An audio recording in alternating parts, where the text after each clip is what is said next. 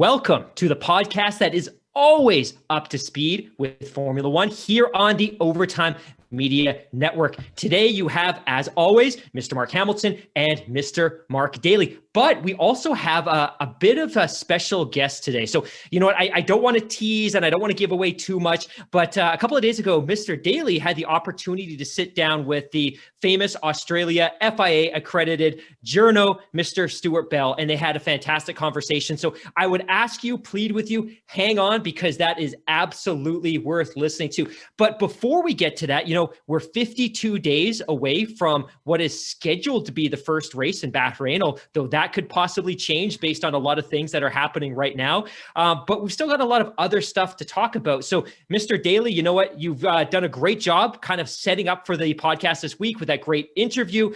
Where do you want to get started today? Well, we're going to tease a little bit more. Not only do we have this really good segment with Stewart coming up in just a few moments here, but not only is it, did you say 50 days until the first Grand Prix? 52 days. 52 days, but we are only just a little bit more than a week away from the first car launch. February 15th, mark it down now, the car launch, the official reveal for the McLaren. Shortly thereafter, we're going to be followed up with the car launch for AlphaTauri on February 19th, Alpha February 22nd, Mercedes all the way out on March 2nd, and everybody else, who knows? But you know, I saw that Mercedes announcement this week as well, and the first thing I thought was March 2nd, and then I started doing the numbers, and I'm like, that's less than a month away. Like, that's going to be, that's 3-4 podcasts away. That's right. That's going to come really quickly, and it is exciting. As so distant.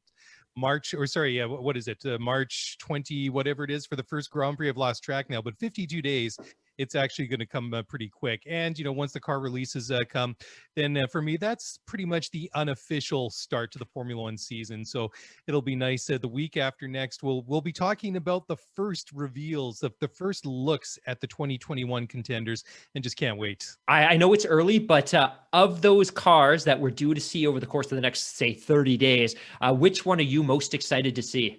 Oh, it's got to be the Aston Martin, because their social media people are wicked in the way that they've been teasing us over the past several weeks with these little hints and snippets here all over social media. Right. It's just, I want to see that one first. Well, it's not going to be first, but I can't wait to see it. I want to see them all, but that one in particular, because they've done such a good job at winding me up that I just can't wait to see that one. How about yourself? Exactly the same. And you know what? Obviously, I'm excited to see the Mercedes car, but the Mercedes designs are incremental changes year over year over year. Now, last year was a little bit different because they went all in on that black livery, which was amazing. But I kind of expect that they'll probably transition back to that silver, that gradients into a darker gray. But the Aston Martin car, I have no idea. Like, it could be completely green, it could be neon, who knows? Now, we know that BWT is gone, so there won't be any pink components, but we just have no idea. And I think that's why that car is so exciting. Well, we know the one thing that's pretty much a given is that the Red Bull is going to look like the Red Bull from last year and the year before and the year before. They've got the but they don't tend to shake it up too much. Well, I guess none of the other big teams do either. I mean, the big switch, of course, is like you said, Mercedes, who went to the all black for last year. But I guess maybe we'll see a little bit more maroon on the car this year. What with the Ineos partnership, because they're not just sponsors; they can 1/3 like owners in the team now, along with the Mercedes parent company and with Total Wolff. So I wonder if we're going to see more of that sort of branding on the car this year. But we'll wait and see. But we should get right into the news now, because there's a lot of McLaren news out there, and I think this really goes together nicely with the conversation that I had with Stewart a day or so ago. And I think it's really interesting. And I hate to come across now as this Zach Brown fanboy, but I must admit that I'm still really impressed with the job that he's done with the McLaren. He's been quite vocal as well with the salary and the cost cap that's been out there. Well, the cost cap that's going to be implemented imminently, but he's still out there talking about having a driver's salary cap. And I think just in the day and the age that we are, that it just makes sense the way that they're trying to bring everything under control in this cost structure, that everything else is being, you know, more monitored, more structured. The salaries just, it seems to be the one missing piece to the puzzle, Mark. Do Yeah, it's funny because I've thought so much about this, and I'm a big fan of North American sports. So when we talk about the NFL and Major League Baseball and the NHL, these are all sports that are really governed and regulated by salary caps because you need to be able to create parity. You need to make sure that you can have 30 capable markets that are able to compete at the highest level, and that the sports aren't always going to be dominated by the New York Yankees, the Los Angeles Dodgers, the Chicago Bulls, et cetera, et cetera. I like the concept, and I'm a big fan of the cost cap in Formula One as it applies to the cars themselves. So the development of the car, the cost of the mechanics, all of those kind of pieces. I'm really undecided about a cost cap for the drivers. And bear with me here, because I think in principle, it absolutely makes sense. But we're also talking about a sport that only has 10 teams and 20 driver slots. I'm not sure that if I'm McLaren, because my assumption here is that if I'm Zach Brown, presumably I'll have a better opportunity to court one of the top drivers, a Lewis Hamilton or a Sebastian Vettel or Max Verstappen.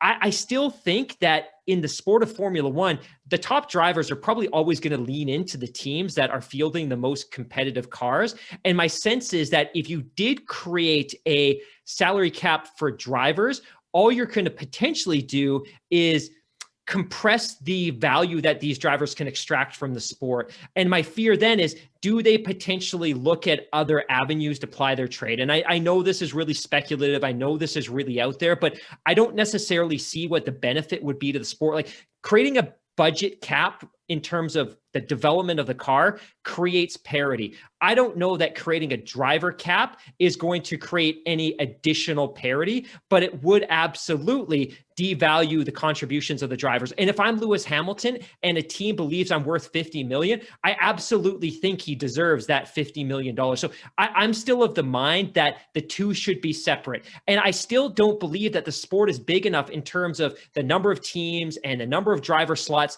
that if I'm a Zach Brown, and I do agree, I think Zach Brown has done an exceptional job with McLaren. And I think it's unusual to see an American come over and succeed at the highest levels in Formula One.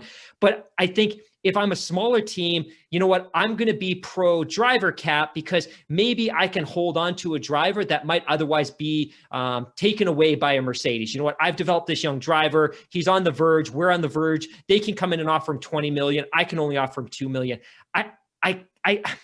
I kind of side with the drivers in this case. I don't like the idea of a salary cap for drivers. I don't think it's necessary. And I don't think it would produce any additional financial parity or stability within the sport. I know that's a long-winded answer, but it's just something I'm kind of passionate about. Yeah, actually, you make a couple of good points that I'd never actually considered before. But again, I think maybe what is interesting comparing Formula One to say the NFL. The NFL has what, a roster of 50-something players, and the players are their only cost, right? Like if you look at the NFL, if you look at the NBA, that's really your only outlay as an organization. Like, and again, there's some marketing costs and there's some insurance and hotel, et cetera. But your principal cost is your players. It's your player salaries.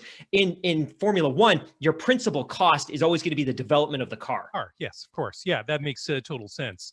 But it would be interesting, though, if this is something that they decide to go with. Would it be, for example, they have $10 million or euros or pounds or whatever per year to use?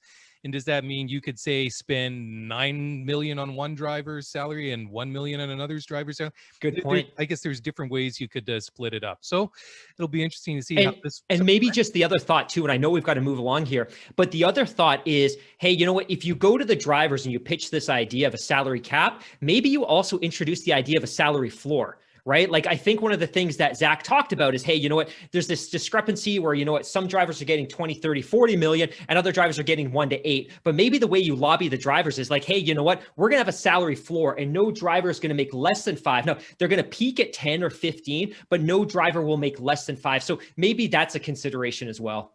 Yeah, I think there's a case to be made for both of them. But moving along, just before we get to the first break here, we've got another quote.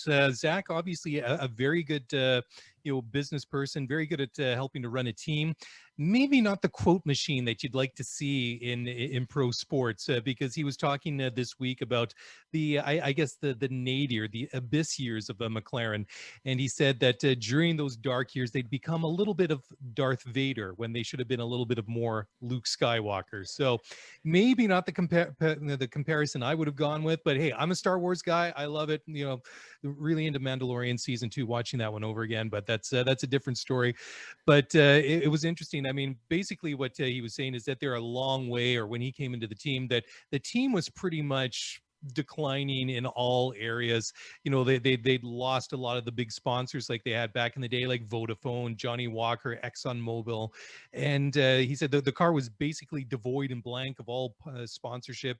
He said that most people were walking around the factory with their looking at the floor. It was a heads down scenario, and he said it wasn't so much it was due to any one person or any one policy. He wasn't really playing a blame game, but he said that the one thing he noticed is what he called a revolving door of leadership, starting at the top of the organization. Of course, we saw Ron Dennis come and go, and we had Martin Whitmarsh in between there. And it's there. I mean, the history is well documented, but he really talks about what we've talked about before. And he talks about building a healthy organization, getting good people, getting them in the right positions, and then just letting them do their jobs. I mean, talking about guys, obviously, like Andreas Seidel, guys like James Key, and all these key appointments that they've made since he's been on board as CEO. And I think it was an interesting little insight. I don't think there's anything really shocking there, other than perhaps maybe not the quote machine that would really be clickbait worthy on this show. But whatever, I'll go with it. And honestly, the only thing I'm going to add to this is I think one of the things I've heard, and I've talked to a lot of people in the F1 circus about where McLaren was 5, 7, 8, 10 years ago and where it is now, and what Zach's contributed. Everything I've heard is that Zach is a big culture guy. You know what? He took an organization, and you summed it up perfectly. Like, 5, 6, 7, 8 years ago, you had the mechanics and you had the designers and you had the engineers walking down, head on the floor. It was a depressed, even when they weren't where they became with that kind of Honda power unit, like there was a depressed attitude to the workforce. And a big part of that was Ron Dennis. So I think one of the best things that possibly happened was kind of that divorce and the departure of Ron Dennis, which allowed Zach to come in and completely inject a new culture and new life and energy into that factory. And you know what? I think the other probably positive thing that happened was also the divorce of Fernando Alonso, because I think he was creating a lot of distraction and a lot of friction. But I think Zach is a big culture guy. And I think where that team is now on the factory floor versus where it was 5 or 10 years ago, night and day. And I give him all the credit for that. And I'm very, very happy to see this team moving forward with their relationship with Mercedes. And this is one of those teams that I can't wait to see on the grid next year. Yeah, absolutely. And just one final thing here before we go to the break, Mark, is I think you nailed it on the head there. I mean, I think the thing that needed to be done at the time was actually divorce themselves from Ron Dennis. I think it got to the point where the contributions that Ron made to Formula One and made to McLaren were obviously massive. Yeah. It got to the point where it needed somebody else to take the team and the organization forward. And there was a kind of a couple start and goes or start and stop instances, but they certainly seem to have the right people in place now. Anyways, we're going to take a short break here. On deck, we have F1 journalist Stewart Bell. We're going to talk a lot about, McLaren. We're going to talk about the Australian Grand Prix. He's based in Melbourne. Daniel Ricciardo, and all things related to Formula One in Australia. So I hope you guys will stick around for that. So don't go away. We'll be back in just a moment.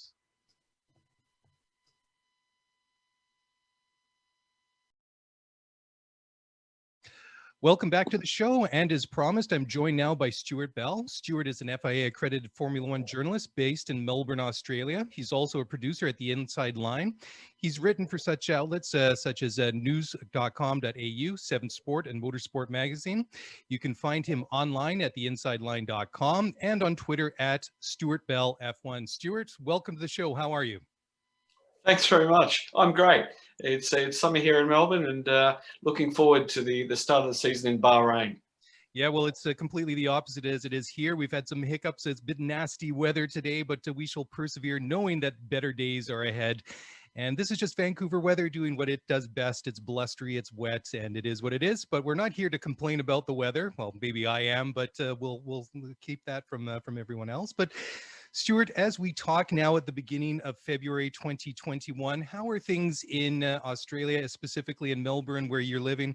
Because the one of the big pieces of news in Formula One over the past month or so was well, I don't want to say the cancellation, but the rescheduling of the Australian Grand Prix until 2020, or sorry, later in 2021 until November. How's the situation there currently with the pandemic? It's relatively good. I mean, we have 21 active cases as of today in Victoria, in which is the state in which Melbourne is in.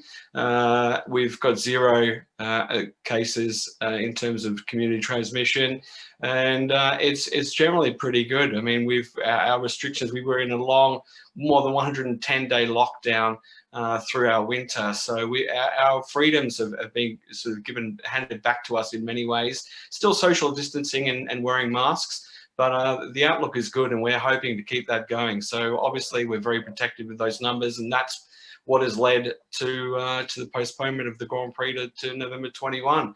The writing was really on the wall for Formula One when the preceding tournaments, the Boxing Day cricket test and the Australian Open tennis, both those sports in terms of the athletes and all the people surrounding them were forced into 14-day hotel quarantine, which Formula One just couldn't do, given it's 2,000 people just for Formula One. So that made it very difficult, and that made the decision really an inevitable one. And so that's what's forced that, and hopefully looking forward to November, it can happen normally. Well, there are some initial good signs coming out from different parts of the world regarding some of these vaccination programs. And hopefully this is what you might say, maybe not the beginning of the end, but maybe the end of the beginning, that there are some brighter days ahead. But obviously it takes a long time to get the track set up, the grandstands, all the facilities. But in part of the reason in rescheduling till later in the year, do you believe that should things continue as they are, and that's a big if, and of course the situation can change, unfortunately, quite rapidly with COVID. But do you believe that the ultimate goal is to try and get spectators into the stands once the Grand Prix is ultimately run? I do. The Australian government wants to have the entire Australian population vaccinated by October, late October. So that bodes well in terms of the event here. The event, in terms of its original March date, was always going to be just an Australians only spectator event, and they were hoping for around 50,000 people as a daily target, which obviously is very ambitious, but it was something they were pushing forward with. And I think in November it will be the same thing in terms of hoping to have spectators there. What those numbers will be, who knows? But very much people are starting to go back to events here. We're starting to see live music happening, albeit with social distancing. So the hope will be to have a far more COVID normal Australian Grand Prix in November, with the entire Australian population vaccinated. You know, I don't think any of us will ever forget March 2020 when things globally started shutting down. I remember it quite vividly when it really started to get real, when there was first a test positive in the NBA, and all the professional sports leagues started shutting down, and countries and cities are locking down globally and locally. It was a very, very strange and a worrying time to live through, but you were right there at the Australian Grand Prix almost a year ago. What was it like? What was your experience in that moment of change, of chaos? Use any word you want to describe it. It must have been a very, very unusual experience.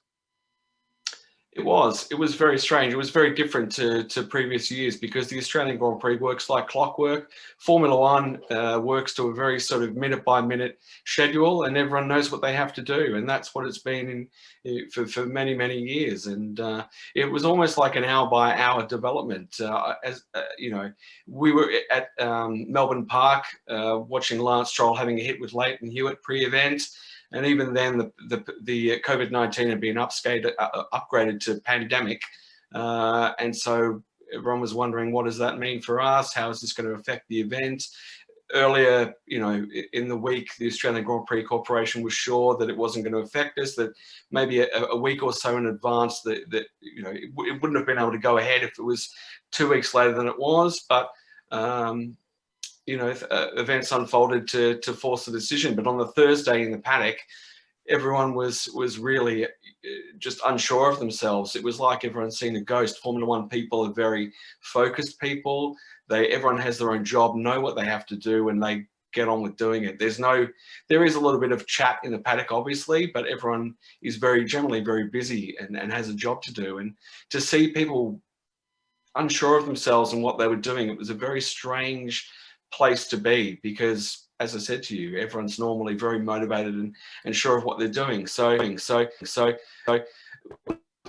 get underway, and it was mentioned in the press conference. The drivers were a little bit worried, and then once we saw that team members had started to be tested and there were potential positive results, it started to go downhill. And once McLaren's test result came back positive, a team member, mechanic at McLaren came back positive at 10 p.m. on the Thursday night, that really forced everything to the house of cards to tumble. It's quite interesting since the cancellation of the race that year. There's been different things that have come out, just sort of percolated up through the news. Was there ever, do you think, a possibility we might have seen a race run with, say, teams voluntarily withdrawing, much like we saw at Indianapolis? When was it, in 2004, 2005, when, what was it, the Goodyear tires, or the teams running the Goodyear tires withdrew and left only the Bridgestone runners? Or was it going to be all or nothing, in your opinion? It was going to be all or nothing. I mean, the local Victorian health authorities, the state in which Melbourne is in, had said that it could go on behind closed doors. But I think the Formula One community there was obviously debate. Mercedes was originally for the event going forward and for the race going forward, but the team spoke within themselves and came to a decision that they didn't want to go ahead with one team missing. So I think, and it turned out to be the right decision, because as all this was going on, the worry of COVID-19 was ramping up. So to have a race going on right at that moment when it was exploding worldwide would have seemed wildly irresponsible. So I think Formula One made the right decision, and subsequent to that, made the right decision in making a raft of postponements in hand to hand with the countries in which the races were held, and then getting a 17-round championship up and running is incredible in terms of the turnaround and ensuring that Formula One continues, because the money, teams, churn through a lot of money and need that sort of income to keep going. So for the good of the sport, both teams, the FIA and Formula One, worked hand in hand to ensure there's sustainability long term. Stewart, I'll be completely honest with you here. I must admit, rather selfishly, I was very disappointed that the start of the season was delayed, and with the rescheduling of the Australian Grand Prix, and now we wait till the end of March, which is still some 50-odd days from now. It'll come quickly, of course, but it sets up a very interesting scenario. We're very much used to the fact that Melbourne is run at the beginning of the season, and it's very much, okay, 1 down, 22 to go. This is my first points of the season in the bag. And it's just the beginning of a very, very long haul of what is, obviously a very long season, which runs basically half the year, if not more.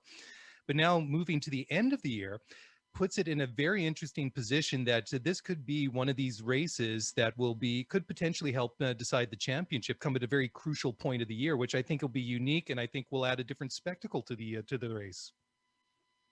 Absolutely. I mean, I think the stat is that Lewis Hamilton has won the title at the third last race in 3 out of the last 4 years. So the potential is there, if that stat continues, for a very exciting Australian Grand Prix to happen. The Australian Grand Prix, in terms of Melbourne sporting horizon, is the jewel in the crown, but we do have a lot of other sporting events, and March is very busy in terms of our calendar. We have the Comedy Festival, which is a big thing. We have the start of our Football League as well. So it doesn't get lost, but I think it certainly you know, I think the November date will bring some impetus to it, some momentum, local momentum. And if the title is on the line, then that will just really connect with locals here, because Melburnians are huge sports nuts. And if there's a title on the line, there's, you know, there's something really to get behind. And, you know, in terms of November sporting events, we've got the Melbourne Cup, which is a big horse race here. But other than that, I mean, it really will feel a really nice void there in November.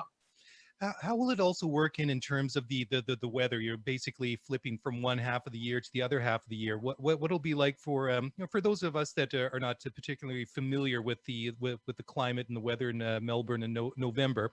How could that potentially factor into the race itself? Is there the temperatures? Obviously, that's your summer. So is the temperatures going to be vastly different from the traditional spot in March, or more or less the same? No, I don't think so. I think it'll be quite similar in terms of sunny days, potential hot day in there, but you know, maybe some rain. But I think November's pretty stable and similar to March, in that it's a changing season. It's moving from for spring into summer, and so whereas March is autumn. You know, moving from summer into autumn. So I think similar sort of changeable conditions, potential for nice warm days and beautiful sunlight. So I think it really does make sense. It's like an interchanging of event, and a great date change for us in terms of keeping it so it's not too hot or not too cold or not too much rain. Well, considering what it's outside, you know, my house today, I must admit that sounds absolutely lovely. So let's switch gears here, Stewart. Of course, we're in this sort of weird in-between time between seasons, but there's so many great stories coming out of 2020 and so many interesting threads to pull on going into 2021. I mean, you could sit here literally for hours and pull on each of them. But what are some of the interesting stories that you're going to be really focusing on going into the new year? Look, I mean, I think it's 2021 is an interim year before the 2022 new regulations come in. So, but I think there's plenty of exciting story threads, as you said, with the return of Fernando Alonso after 2 years, which is going to be exciting, especially with the change to Alpine from Renault. Looking at Ferrari, the Charles Leclerc and Carlos Sainz, they're very young lineup, very hungry to move Ferrari back up the grid after their worst season since 1980. So there'll be a lot of you know, hunger for them to move up the grid, and pressure, especially from Italy to succeed. Obviously at Red Bull, you've got Sergio Perez joining Max Verstappen. I think it's a fantastic time for Sergio to be joining Max after 10 years in Formula One, and he's a different driver to that which joined McLaren in 2013. You know, that was his first top team experience, and I think, you know, the intervening years, you know, coming off that win in Sakir last year, and all the experience that he's going to bring to Red Bull. Obviously, that's a difficult car to drive. We've seen Alex Albon and also Pierre Gasly struggling in that Red Bull car. And if Perez can get in there and they give him the right support, he's the sort of driver who needs a little bit of an arm around the shoulder, I think. But if he can get the support network right and just, you know, deliver, then it could be an inspiring season for him. Obviously, Daniel Ricciardo at McLaren joining Lando Norris, moving from Renault. I think it's a really exciting time for Dan, with all the ingredients there for him at a Mercedes-powered Mercedes-powered McLaren. You know, it could be, you know, more podiums on the horizon for him as well. Yeah, I think Ricciardo is an especially interesting driver to look at, considering he went from, well, I guess at the time was, well, obviously a top 3 team with the Red Bull, but certainly in 2018 was just that little bit further behind Ferrari when it came to regularly challenging Mercedes. But you have that sort of interesting interlude at Renault the past couple of years. Obviously, last year was marked by a couple of podiums later in the season, the Nürburgring and Imola. But that had to have been for Daniel a very tantalizing vacancy after Carlos Sainz was announced to being replacing Sebastian Vettel at Ferrari. And I've been very impressed with the work that Zach Brown has done at McLaren over the past several years, bringing in very, very good people to fill key roles at the team. And I obviously I don't think it's any accident or anything of the sort that they've slowly progressed up and gradually improved over the past couple of years. And I think they have a very good driver pairing now in Lando Norris and Daniel Ricciardo. And the question is how much further up can they go? Because I still feel that it'll Ferrari will be an interesting team to watch, but I still think there's going to be a bit of a vacuum created by their drop off compared to where they were a year and a half ago. And I think that for a team certainly like McLaren and a driver like Daniel Ricciardo, I think must be really eyeing the new season somewhat eagerly. Absolutely. I think Dan was, when he left Red Bull because he was frustrated because they promised him title bids that never came. And in the intervening years, he moved to Renault. Obviously, the sport was blindsided when he moved to Renault because for all intents and purposes, he seemed like he was going to stay at Red Bull. They were a top team, and to switch to Renault, which was on an upward trajectory at that point, having gone from 9th to 6th to 4th in 3 years was an impressive move up the grid. But I think he learnt a lot at Renault. His first year at Renault was difficult. Gave him some sort of resolve to push forward with, and to get those 2 podiums last year in the Nürburgring at Imola were very impressive and allowed him to bookend his career there. I think I spoke to him in Brazil in 2019, and it did seem like he was going to stay there. Like, it seemed like he was really impressed with how Cyril was able to, galvanize the team and keep them together. But obviously, the potential at McLaren is they've got, an amazing list of ingredients there in terms of the Mercedes power unit. They've got Zach Brown, obviously, leading with Andreas Seidel, who Dan is a huge fan of in terms of the team principal, the architect of their future success. They've got James Key, who is the preeminent designer. They've got Andrea Stella in terms of overseeing all their race strategy. And I just think they've got all their ducks in a row, if you will. Whereas Renault is still sort of wondering about their top management, with Marcin Budkowski and Davide Brivio obviously going to be at the top, but how that works and how the rebrand with Alpine is going to happen, and Fernando Alonso's return. And I think there'll be a little bit of, it just makes it a lot more unsure in comparison to McLaren, which finished the season 3rd last year and has the momentum behind it to do even better things this year going into the new era. When I go back and think about that surprise announcement he made a couple of years ago in the summer of 2018 to say that he was leaving Red Bull and going to Renault, I mean, it obviously caught a lot of us, most of us, by surprise, because as you mentioned, it sounded like that deal to stay with Red Bull was all but finalized after the Hungarian Grand Prix. But I can't help wondering, and I've never heard anything to the contrary, whether it was said explicitly or not, whether that Dan just realized that the writing was on the wall and that Max was going to be the focus of that team going forward, and maybe that there was opportunities elsewhere. But I can't help but wondering, even though the Alonso announcement came after Daniel made it known he's going to McLaren, was whether or not would that have worked, the $64,000 question, a partnership of Daniel Ricciardo and Alonso at Renault? Because Fernando casts an awfully big shadow, in my opinion. Yes, he does. But I think Dan is not afraid of a fight. I think, yes, Max Verstappen is one of the most exciting talents to join Formula One in many years. He's the driver of his generation. But I think Dan is bursting to fight for a title, and that really is the crux of the matter. If you look at, and I put this to him, I said, look at what Max Verstappen has done since you've left Red Bull. He's had five wins.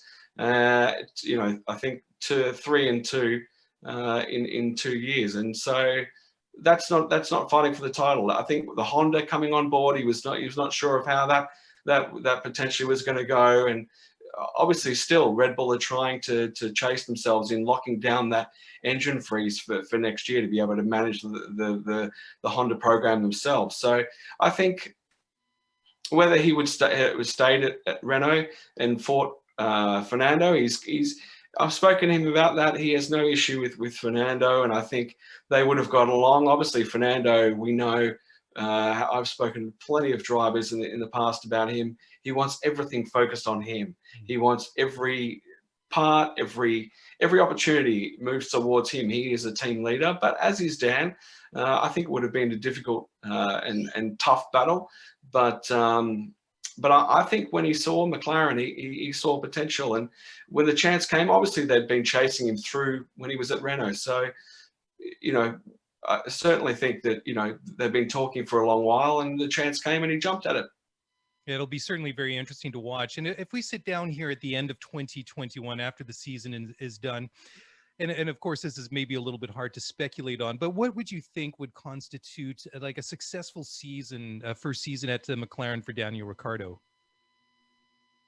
I think if he can get into the team, if he can galvanize the workforce and bring everyone together and start moving in the right direction, I think results, obviously they'll be looking at podiums, and if he can get a podium with McLaren in his first year and see how that team is moving into the new era, I think really it is about making sure that they're prepared for 2022. The new era regulations are a huge shift. And so if he can get on board and get into those plans and see what they're doing and make sure that everyone's moving in the right direction and galvanize the team and get everyone behind him, then, you know, it's got to be a working year. And whether he finished 5th in the championship last year, if he can do that, or maybe go 4th, great. But I think really it's just about, this year is about getting into McLaren, working out what needs to be done, and then preparing for next year. You know, Daniel certainly is one of the great personalities in Formula One at the moment, and certainly has a wonderful sense of humor.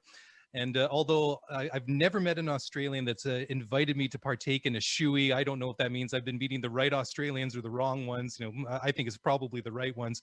Certainly his own, you know, sense of humor, his enjoyment certainly adds something to the sport. And it was great to see him get back onto the podium a couple of times last year. I was starting to get a little bit worried because I admit I'm a fan of him. I enjoy his the way that he races. I enjoy the way that he presents himself in the media and the way that he comes across generally. So I'm looking forward to seeing what he can do this year. So before we wrap it up, Stewart, I would be remiss if I didn't put you on the spot here, because I've mentioned Daniel Ricciardo, but Australia has produced some phenomenal Formula One drivers over the year. Daniel Ricciardo, Mark Webber, Alan Jones, Sir Jack Brabham.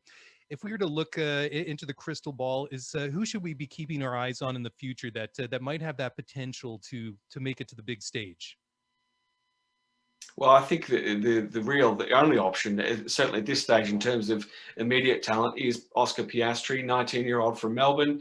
He really is the star on the rise at Renault. He won the Formula 3 championship last year. Before that, and that was in his first season. Before that, he won the Formula Renault Euro Cup in 2019, and in 2017 he was second in British F4. So he's got the momentum behind him. He's joining Prema Racing, which Mick Schumacher raced for and won the championship with last year. He's part of the Renault Driver Academy. He tested the RS18, the Formula One car in Bahrain, late last year. He is the star on the rise. He's a very serious guy and very committed, and I'm sure the F3 and the F2 car are very vastly different machines in terms of the driving style they require. So if he can get in and start winning, and potentially whether he wins in his first season or takes 2 years, learns it, and then wins it in 2022 to join F1 in 2023, we'll see. But he's certainly a strong talent. He's competitive, and yeah, he's certainly the chance, Australia's next big chance. Well, that's great. We'll certainly keep an eye on him. And Stewart, before I let you go, and again, thank you so much for spending time with us today. Where can people find you online and check out your work? You can just go to stewartbell.com.au or to unbeaten.com for all the Inside Line updates. Well, that's great, Stewart. Thank you so much. Take care. Stay safe. I know you've got a flight to catch. And once again, thank you for joining us this afternoon. Thank you very much. All right. Very good.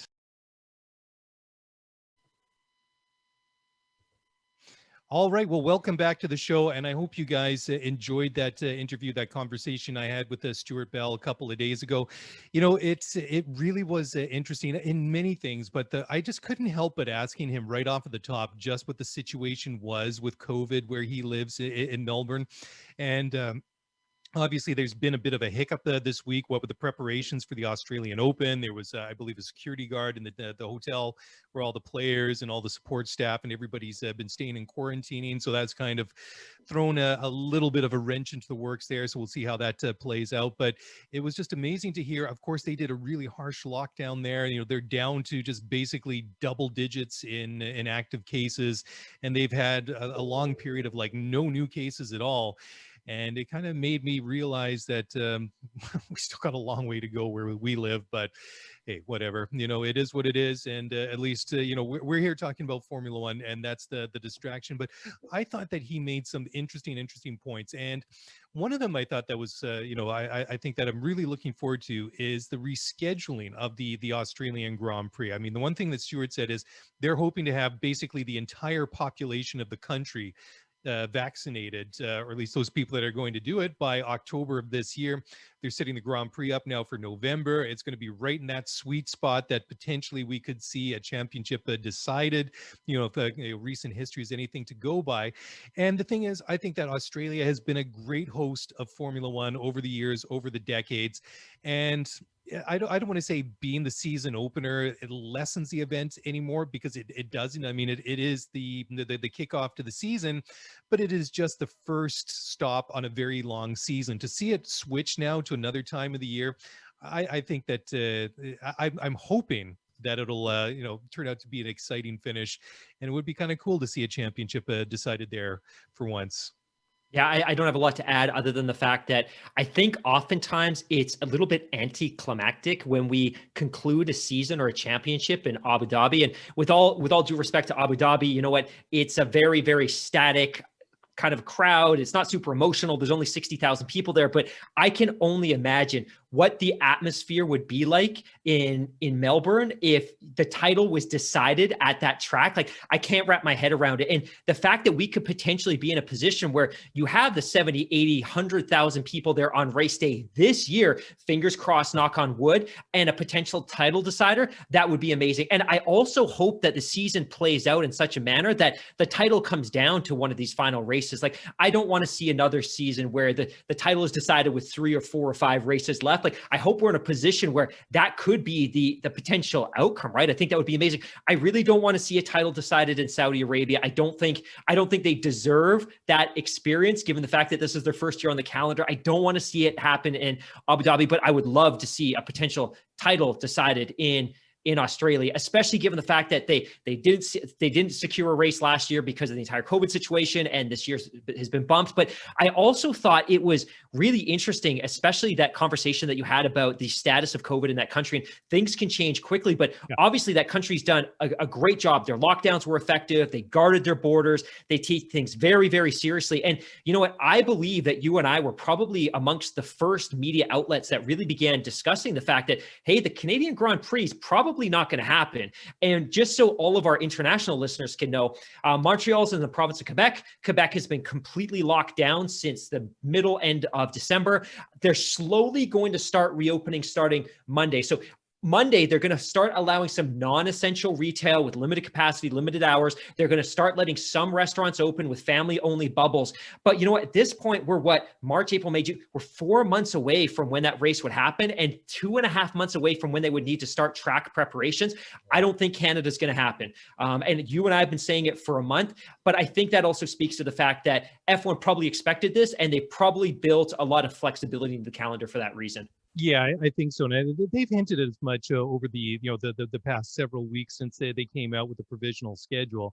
And it was interesting too when Stewart and I were talking off air that usually the preparations for that middle of March date usually start the last week of January when they start putting up the pins, and usually everything's all taken down and everything's back to normal at the end of April, I believe he said. So I mean, he said there's a good also 4 weeks when that section of the Albert Park, that main thoroughfare that actually goes into the central business district in Melbourne, is actually shut. It's completely closed off for about 4 weeks.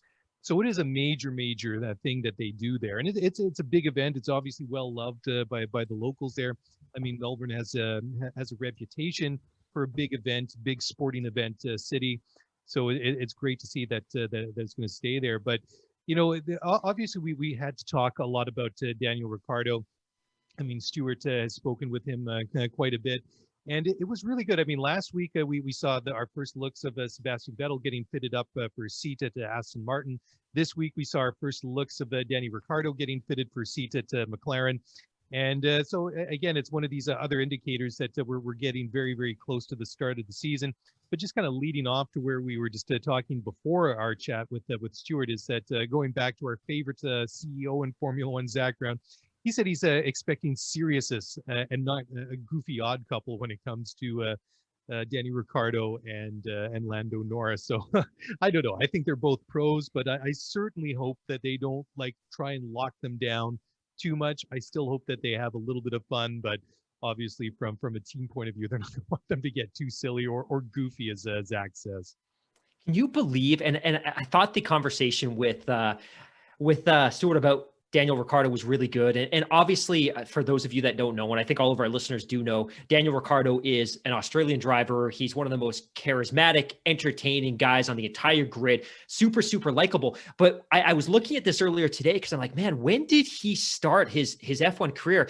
This is going to be his 12th season in F1. And it's remarkable because I always think about him as kind of one of these younger drivers, but he's now in his early 30s. He's a veteran driver. He's kind of probably on the back nine of his career, but I'm incredibly excited to see. And it's remarkable too, because I often have trouble compartmentalizing when certain things happen. And when I was looking at his career, it was really 2014, that first year of the V6 turbo hybrids, that he kind of broke through and he had those 3 race victories. But again, I'm excited for him. Obviously, the first year with Renault was a disappointment. I don't know if he necessarily had big expectations. I think the fact that he was able to capitalize on some podiums last year was fantastic, and it builds some momentum going into this year. I think the one consideration I have, and I don't want to get too far off base, is Renault and McLaren both benefited greatly last year by the absence of Ferrari on the podium week after week after week after week. And I wouldn't be surprised if McLaren finished lower in the constructors than they did this year. I think this year was an epic finish. And I think a 4th or a 5th place finish in a competitive calendar probably isn't necessarily a sign that they've done anything wrong. It just, last year was a little bit unbalanced. Yeah, I totally agree. I think the wild card in that scenario is the Scarlet cars. It really depends what happens with the Ferrari this year. I mean, there's been some talk about the different areas that they're going to try and develop in the engine, which maybe might not point to exactly where they were doing naughty things in 2018 and 2019, but may kind of point in a direction where they're trying to find power in legitimate ways, allegedly. So I think that is the big unknown. I mean, if they can pick it up and find some more performance, if they can kind of get back closer to where they were in the past several years, rather than the first 2/3 of this 2020 season Ferrari, then yeah, I could certainly see that middle of the pack, the best of the rest battle, kind of being shaken up with your Aston Martins, your Ferraris, your Alpha Tauris. You can even throw them in there, and McLaren as well. So that middle of the pack battle, I think, could be a fascinating one to watch this year. Yeah, and I think middle of the pack. I even think that the top, because it's probably evident that Mercedes is going to have a very, very strong year. It's probably going to be a very strong year for Red Bull, but I think potentially Aston Martin could be more competitive than we think. And I don't know that they're necessarily going to be competing with the middle of the pack. And maybe they're a little bit more competitive with the Red Bulls of the world. And I hate to speak in such vagaries, but I just think that's a reality. And I know you hate when I do this, but I just wanted to bring this up real quick and take us off tangent. But I saw something on Reddit today, which I thought was fantastic. And the Reddit users are really great with data, but they brought up a chart, and I'm only going to read a couple of them to you, but just in the kind of the conversation of McLaren and Ferrari and all these other kind of teams.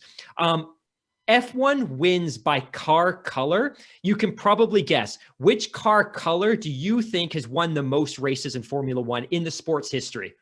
I would say red. You're right. You're absolutely right. Red cars have won 271 or 27% of all of the races. Now, this one shocked me, and I would be very surprised. Actually, you know what? I wouldn't be too surprised if you got this one. The second color. Which is the second most dominant car color in terms of race wins? I would go silver. Close. It's actually blue. Really? 234 wins or 23% of race wins, followed up by silver. Thank you, McLaren or Mercedes, for their dominance at 18%, and then white at 17%. Orange is just 6 wins at 0.6%. But yeah, I thought that was kind of interesting that blue cars have won the second most races. And presumably they're speaking to the Williams Renault cars of the early 90s that were very dominant. But yeah, just to take us off track, and I'll get scolded for that later, but now we can come back on track. Well, no, actually that's a good one to kind of like, an interesting tangent to go off on, because we were talking about it the other day, just that perhaps, there's this rumor now, this story that perhaps Renault is going to partner up again with Williams to provide them with power units moving forward. And you texted me there the other day. It's like, what do you think of that? And I think my answer was, oh yes, please, because that goes back to the Williams Renault glory days of the 90s. And of course, the glory days of the 80s were Williams Honda, and that's obviously not going to be a thing. So, they won a lot of races. They won a lot of championships with Renault Power. And I think that's interesting because, if you believe the talk out there, they were, they're really interested in pursuing like a partnership with Sauber. And I guess, what with that, upping that sponsorship / whatever you want to call it with Alfa Romeo completely blew that one out of the water. So it would be interesting. It would be a natural fit. But I find it kind of interesting because before Cyril Abiteboul left the team, he basically said that there was no real benefit for them to supply another team with power units. It wasn't really a money making thing for them. So it's an interesting development that the new regime there is thinking of that. So it's certainly one to keep an eye on for sure. I was so excited when I saw that headline, and you and I have talked about this so much that it always seemed very peculiar that Renault wasn't looking for a customer team for their power units, right? Like if you have a partner team, it dramatically helps to subsidize the cost of producing that power unit. And the side benefit or the knock-on benefit of having a partner team is that you get all the incremental data that comes with running that engine in 2 additional cars. So it benefits your own team. And it never made sense. And the reason that it really excites me is that if Renault is looking potentially for a customer team, it speaks to the fact that they're probably more invested in the long-term association with the sport than we think. Like my fear always was that, hey, if they're not looking for a customer team tie-up, maybe they're not in this for the long term. So I think the fact that they're looking for a customer team is exciting because it speaks to the fact that organizationally, they're really invested in Formula One. They wouldn't be looking for a customer team because it kind of partnering with a team and integrating the power unit and integrating the resources and that all the data and interfaces, like it costs tens of millions of dollars just to build that relationship before you even start handing over a power unit. So this is exciting. And to your earlier point too, and it was so funny because I texted you and you texted back with a photo of a 1/18 scale Williams Renault, and I'm a super nerd, so I went up to my shelf and I texted back with a photo of one of my models. But you're right, you look at the early 90s, like they won the Constructors Championship in 92 and 93 and 94 and 96 and 97. They were second in 95. They had an absolutely monster run. And for the sake of romance aside, I would love to see that relationship rekindled. But at the same time, I'd be worried that if Williams can't be competitive with the best power unit in the sport, in that Mercedes unit, I don't know what it's going to look like if they have to start over with a Renault power unit. But it's good that Renault is looking at a partner team for all the reasons I just described. Yeah, I'm having like a major sentimental flashbacks here of those early 90s Williams car. I mean, you have like Nigel Mansell's, what was the FW15B in 1992? Yep. That was basically a car. Well, it couldn't drive itself, but it had some groundbreaking technology on there, especially like that active suspension. Oh, yeah. That is just absolutely phenomenal. I mean, just a beautiful car to look at. I believe the car that I snapped a picture of, I believe that was the FW18, which would have been Damon Hill's championship winning car. And then, I mean, they were just racking up the titles in the 90s. I mean, it seems like a long, long time ago. And then after that, I also remember them vividly in the early 2000s. Well, that BMW partnership and the HP partnership, and somewhere in here I've got the Ralph Schumacher hat that I picked up at the Nürburgring all those years ago. But yeah, but maybe we should go away or move on to the next one before the feels get too intense here. I go too far down. I know, and I'm tempted. Like that, I've got so much sentimentality about this because especially that '92 season with Nigel Mansell. Like I was back in the UK, and I would remember every weekend because my grandparents were huge Formula One fans. They were huge Williams fans, and they were huge Nigel Mansell fans. Like I remember every Sunday sitting in their kitchen watching on their little white Sony Trinitron TV, watching the Formula One race every single Sunday. And of course, that period, it was like a Nigel Mansell kind of domination thon. Like he was winning every single week. So like this is really deeply ingrained in my memory for all those sentimental reasons. But yeah, that's just another reason why I'm very, very sentimental towards that period of F1. But you're right, we should definitely move on. Just to stay on the Nigel Mansell thing here, I remember as a young kid watching, was it when he was driving for Lotus? No, I'm talking, I was like really, really little. And I think it was Dallas, and I don't remember the year, but it was early to mid 80s. I remember him running out of gas, like running out of petrol, getting out of the car, pushing the car to get across the finish line, and then collapsing afterwards because he was exhausted because of the heat, because of the exertion of driving a Grand Prix car, over the last 2 hours or something. Then I also remember this is also as a young kid, the 1985 European Grand Prix at Brands Hatch, which I think might have been his first win in Formula One. And I remember watching that as a young kid with my dad. And I remember Williams giving him an absolutely phenomenal, like super quick, well, in 1985 terms of pit stops. And he went on, I believe he won that race. And, it sticks in my memory. I don't have the stats here. And then of course, anybody that's a Formula One fan back in the day will remember Nigel having that massive blowout of his rear tire on that back straight in Adelaide in 1986, which cost him the championship. And, but by that time, as a kid, I was absolutely hooked on Formula One. And it's something that's never let up since. That Dallas race, by the way, and I encourage you as our listeners to go and look this up. It was the 1984 race. Look it up on YouTube. It was the final lap. His transmission failed. Okay. It was 40 degrees Celsius. I knew it was degrees Celsius. Yeah. Ridiculous. Like so 105 degrees Fahrenheit. And again, it's 40 degrees air temperature. Like you're walking around the track, and again, crazy. But look it up on YouTube. Oh, yeah. I mean, back in the day too, I mean, is that when they had those really thick fireproof overalls? I mean, it's not like the super sleek ones that the guys wear today. I mean, completely different. But anyways, enough for memory lane. Let's get back. That needs to be a segment, by the way. We need to have a memory lane segment. MotoGP corner, memory lane. We could just we could probably have a 4-hour show each and every week. But oh man. Yeah, just talking about the schedule. So it sounds like now that the chances of going back to Portimao for this year is not going to happen, sadly. This is very disappointing, but it wasn't really officially on the on the schedule to begin with. I mean, we've been hoping it would be, but sounds like it's going to be off. Sounds like we're going to have like another Bahrain too, by the sounds of it. But I guess it'll make sense that way. I mean, China, Vietnam, we knew they were off the schedule already. You've hinted at Montreal is probably going to be the next one that's going to fall off here. So we'll see. But certainly that would have been a good add to the season. So disappointed that one probably isn't going to happen.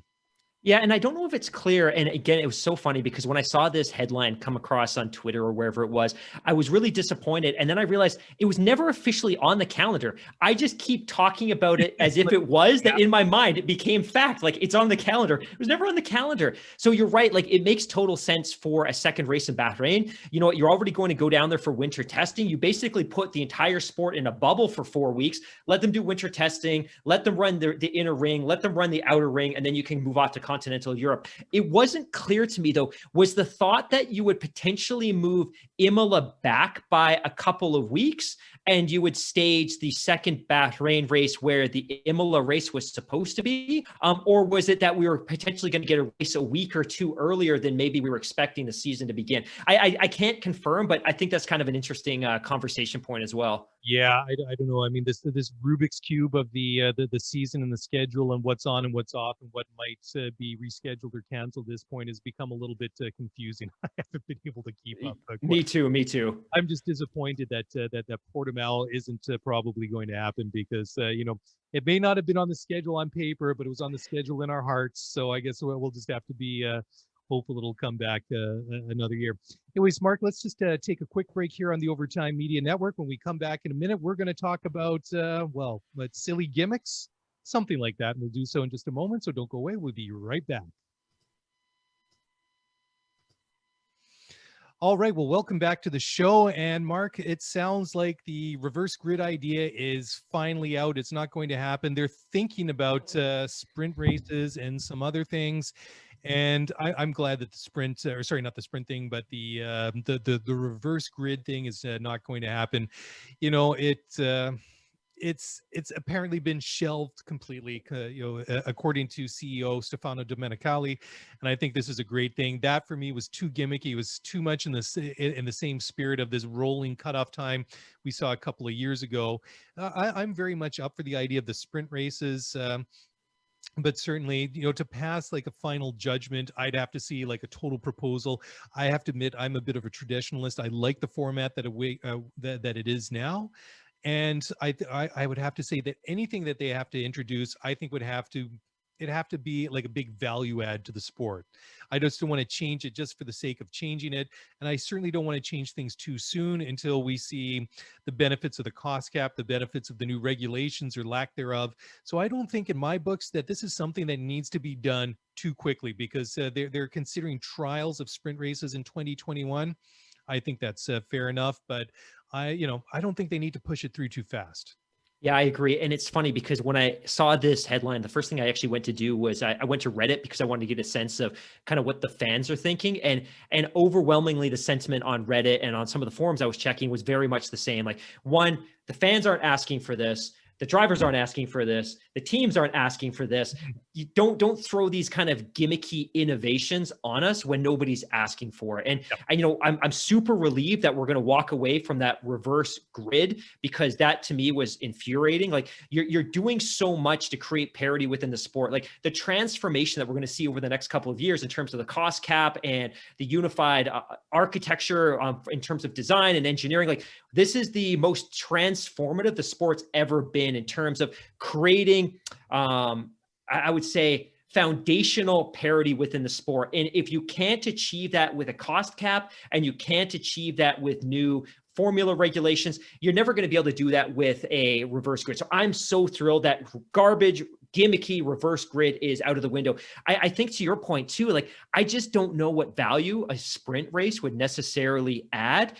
Maybe like I'm open to the idea of, throw out some points for qualifying, make qualifying a little bit more, like create some more value in qualifying. But I don't like this concept of like, hey, let's throw out a sprint race when nobody's asking for it. And it could just muddy and sully the sport as a whole. Because again, from a Liberty perspective, you're trying so hard to, one, open up new markets, and two, keep your existing fan base content. And when you do gimmicky things like this, you upset your existing fan base, but you also create a more confusing product for potentially new viewers, right?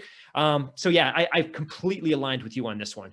It would be interesting. I mean, how about they give points out for maybe the fastest 3 times in Q1, 2, and 3 or something like that, rather than say, give points out for the final 10 cars in the top 10 shootout. I mean, something totally. Like that, I would hate to rush something in, like you say, before we see the benefit of all these things that they work so hard to introduce. Yes. And for that exact purpose of leveling the playing field, getting that parity across the board. It seems a little bit too much cart in front of or horse in front of the cart, or cart in front of the horse, whatever that old saying. Well, I guess the horse goes in front of the cart. Anyways, what I'm getting at here. I think they have to give a chance to the all the measures that they put in place, and they work so hard in the middle of a global pandemic, lockdown, to get this stuff done in record time. I think they have to give that a chance first. Yeah, absolutely. I don't want to see them distract from all the good work they've done. And the good work is, getting all of the teams on board with the new regulations and getting all the teams on board with a new formula for a cost cap and getting all the teams on board with a new Concord agreement. Like, Liberty's done so many great things to put this sport in a really great sustainable position for the next 5 or 10 years. Don't destroy that by creating a distraction with a garbage reverse grid race or a sprint race or some of these other gimmicky things. To your point, and you make a great point, like, you've done all these great foundational things. Let some of these things play out before you start modifying with the formula over the course of a race weekend. Like, I think they've done some great things. And you know what, again, from my perspective, I don't actually love the idea of a cost cap, but I know it's the right thing for the sport. It's the right thing for it to be sustainable, because me being a romantic, like, I want to see the best teams spend all the money in the world and put the best possible car on the track. But I also know that that's terrible for the long-term viability of the sport. So I think they're doing the right things. They were remarkably able to get all of the teams and all of the engine manufacturers onto the same page. Let this play out over the course of the next couple of years. Don't go tinking with the formula right now, because you're just going to upset everybody. Yeah, absolutely. I don't really have anything to add to that. So we'll wait and see what happens. Like I say, I hope they just don't rush it through. But one thing they absolutely need to do, and this is something that both Chase Carey and Stefano Domenicali have been talking about, is raising the profile of Formula One in the United States in 2021. And this is something that absolutely has to happen. It is basically an untapped market in terms of the sport. And, the United States is a huge market for sports, huge market for automobiles. This just makes so much sense. They keep talking about adding another race alongside the U.S. Grand Prix at Austin. Obviously, they're pretty far along in the discussions to hold one in Miami. And they're talking about either having 2 permanent races in the United States, or perhaps one permanent one, and then maybe a rotation of other venues. Apparently, there's other cities, other venues throughout the country that they've been talking to. They're nowhere as far along in terms of discussion that they are with the potential Miami race. So I think this is well and long overdue. I absolutely agree. One of the things that I think a lot of our listeners may not know about me is I actually enjoy the business side of Formula One and sports more than I actually do what happens on the court or within what happens on the track. And I get really invested in these kind of discussions. And I think it's really important for our listeners to understand that Liberty never would have invested in Formula One if it didn't believe there was some really significant financial upside. The reality is that if you look at the sport and where it's extracting revenues today, principally that's coming from Western Europe with hosting fees and TV contracts from Sky Sports, etc. It's happening in the Middle East with some really, really weighty hosting fees. But as far as the current calendar is concerned, there isn't a lot of additional value to extract. And ultimately, remember, Liberty is a publicly traded company. They need to show value to their shareholders. And they would never have spent billions of dollars on this product if they didn't have a plan. And their plan is the United States, exactly like you said. As far as they're concerned, the United States is a completely untapped market in terms of revenue possibilities. So little of what they generate from an OI perspective comes from the United States. It's ridiculous. But the challenge is, it's really difficult to get Americans invested in a sport which is perceived as being principally European or foreign. And I don't mean that in a disrespectful or potentially kind of racist manner, but for them, this is something that happens overseas. And the only way that you can increase the presence and the popularity of the sport in the United States is by having additional races. And you got to remember as well, the United States is geographically a gigantic country. A race in Austin, Texas has absolutely no impact on what happens in South Florida or what happens in the Northeast, or really even what happens in California. So as far as Liberty is concerned, and I've talked to a lot of people around the sport, Liberty's goal is 3 full-time races in the United States. They need to have 3 races because that's the only way that they believe they can tap into the TV money that's potentially there, right? Like if they're looking at ESPN and saying, hey, you know what, we want to shore up a long-term big dollar TV contract with you, ESPN's going to say, look, you're giving us 1 domestic race and you're giving us mediocre or poor ratings. And even if they're increasing 100% year over year, they're so low that's insignificant. The only way you can build that audience is by expansion, and that's going to be 3 races. So I think Miami's probably going to happen. They're going to push that through despite all of the local opposition, which is a little bit terrible. But I think potentially you're going to eventually see a race in the Northeast as well. I think California is going to be a challenge. And I know a lot of people point at Long Beach and like, hey, that would be a great place. As far as bureaucracy and red tape concerned, it's not going to happen there. But I think Liberty's goal is we need to increase the value of the sport. We need to increase our OI, and they see the US as the pathway to doing that. You know, I'll totally believe that the Formula One is a thing in the United States. The day that I walk into 7-Eleven and a cardboard cutout of Lewis Hamilton, I get a 6-pack of Bud Light or I buy a Coke, then I'll know that the Formula One has made it. Absolutely. Yeah, sorry. And I was just going to say, and the only other thing too is one way or the other, they got to get an American driver into the sport. Yep. Even if you have 3 American races, you can't sell a host of European drivers to an American audience, right? And I think we all remember Ricky Bobby, where there was that French driver that was kind of his arch nemesis. But ultimately, you also need to be able to nurture some American drivers and get them into Formula One. And that should be feasible ultimately because you have such a great history of open wheel racing in that country. But obviously, as far as Liberty's concerned, more American races is their pathway, whether they're talking about it openly or not. Well, there you go. You heard it on this show first. In order for Formula One to succeed in the United States, needs a little bit more shake and bake. There you go. I had to make it. You dropped the Ricky Bobby reference. I couldn't let that one slide.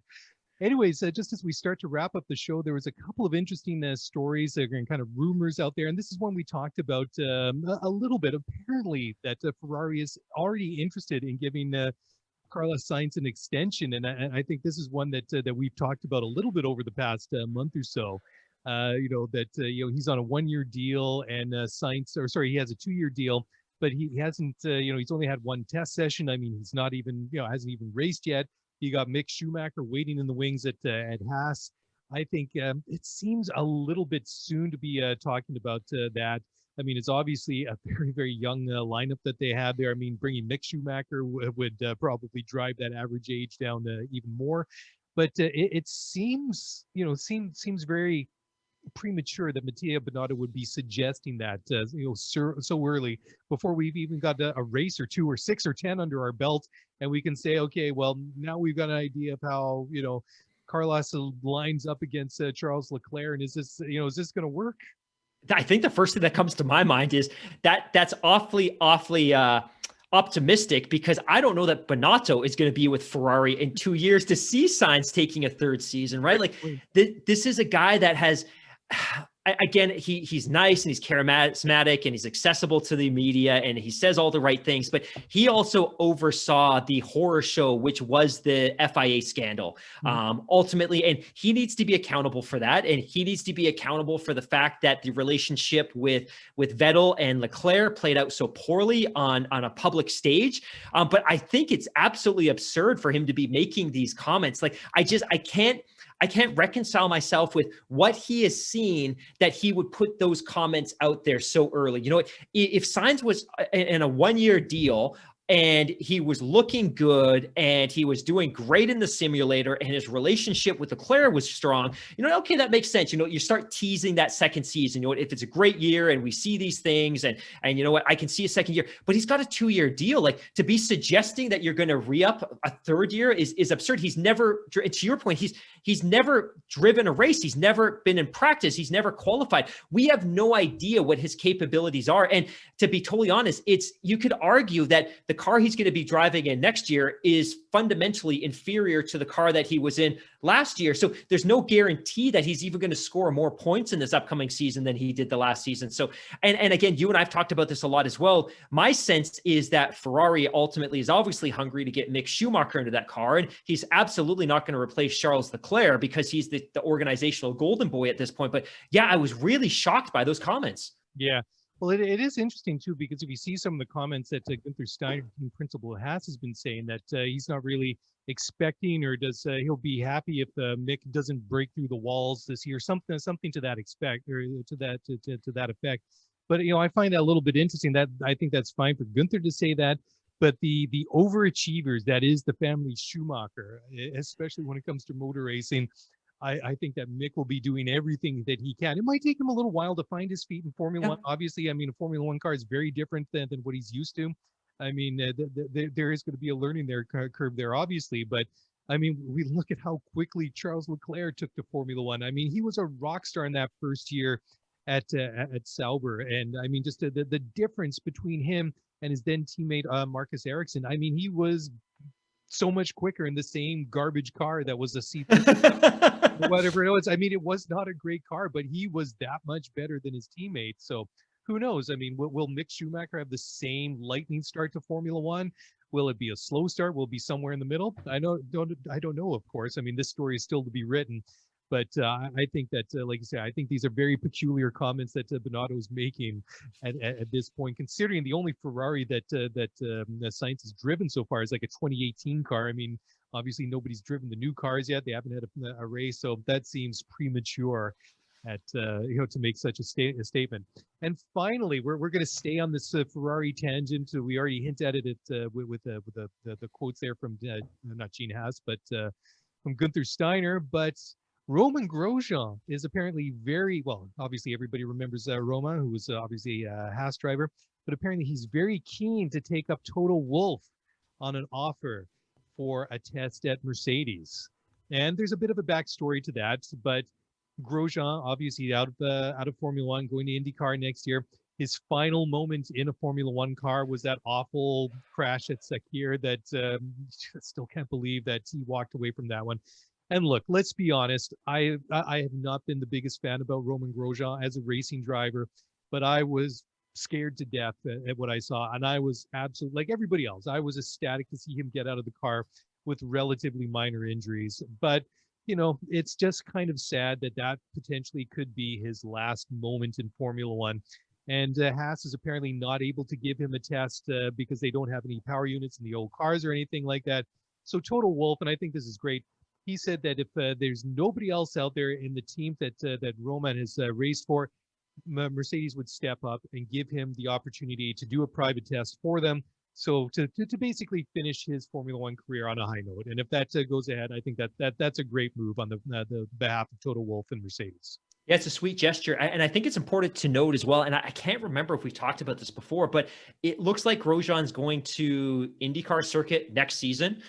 So he's got a ride. So he'll be back in a competitive open wheel racing car next season. The one thing that I thought was interesting, and we should probably call out as well, is while he's agreed to a contract to race in Indy next year, he will not be racing at any of the super oval speedways. And his comment was simply that I can't put my children and my family through that, meaning that the super speedways are, as far as open wheel racing are concerned, very, very, very dangerous. But just to comment on the Mercedes piece, ultimately it costs Toto and Mercedes nothing to put him in the car for a test. It creates huge goodwill amongst the fans and the spectators. Like it's a great story. I think it's the right thing to do. It kind of speaks to that narrative about Ferrari or Mercedes's dominance, right? That you have a team that is so incredibly dominant that a sweet gesture is to give somebody a 60-minute session in your car. You know what? But I think it's a great story. I'm excited to see Grosjean in his limited races next year in Indy as well. Yeah, absolutely. And Mark, that's it. That's all I've got. I'm completely talked out. I mean, well, I'm not. I mean, we could probably easily go on for another hour or so, but I think we'll spare everyone the ordeal of that. And well, we are now one day closer to the start of the Formula One season. We're obviously excited, and we're going to have to start working some of these other things that we've been teasing about, like memory lane, the Moto. These have to become a thing sooner rather than later. Yeah, I agree. I have a rant about Electronic Arts, the video game company, but I'm going to save that for next week because I know this has been a long podcast and I kind of want to tease for next week. But if you enjoy my rants, and you probably don't, but I have one about Electronic Arts for next week. So I'm going to save that up and just tease it. I'll have to tell my buddies that work for EA not to listen to the show next week. But it's all. I think all of us in Vancouver know somebody or many people that work at Electronic Arts. They have a pretty significant presence in our home city. Yeah, absolutely. It's just a fact of life around here. Totally. All right. Well, guys, thank you so much for downloading and listening to the show, watching on YouTube. Of course, if you want to get in touch, easiest way is on Twitter at ScooterieF1Pod or via email at scooterieF1Pod@gmail.com. That's a wrap. Have a great weekend. Stay safe, stay in touch, and we'll talk to you guys again this time next week. Bye for now.